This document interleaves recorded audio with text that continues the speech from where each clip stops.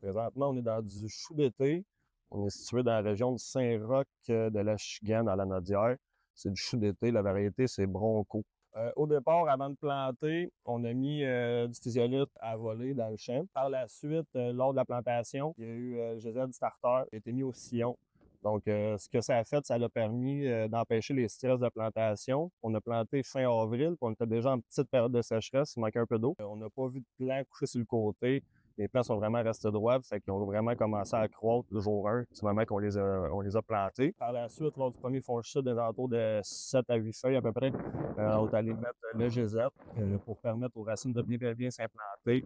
Des pas maison, on est allé mettre le Magical. C'est vraiment le calcium qui a permis au cœur de se densifier puis d'avoir les apports de calcium pour le restant de la saison jusqu'à la récolte qui est aujourd'hui. C'est l'avantage d'utiliser ce régie-là un peu. Le premier, c'est qu'on a réussi à standardiser quand même la production. Fait qu'on fait des choux qui sont somme toute la même grosseur, ce qui est plus facile à récolter.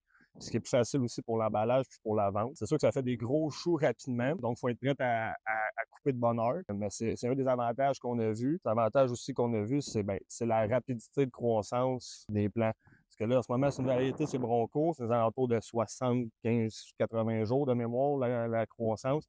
On va réussir à les avoir sortis dans les alentours de 60 jours. Donc, on a gagné comme un 10 à 15 jours de rapidité de croissance versus un plant qui aurait été peut-être en régie conventionnelle. En standardisant les choux, ça permet de savoir exactement combien qu'on va en rentrer par boîte. Donc après ça, c'est facile de faire les calculs sur un champ de telle superficie, combien de boîtes qu'on va sortir. Parce que c'est des cultures qui sont quand même sensibles aux variations de température, aux variations de climat. En rajoutant des biostimulants, c'est sûr qu'on n'éliminera pas 100% l'effet météo, l'effet environnement. On vient essayer de la contrôler le plus possible. Donc on réussit à vraiment, là, je me répète, on réussit vraiment à standardiser la production de cette manière-là. Donc, c'est vraiment doser, quitte doser une petite superficie puis de faire des comparatifs.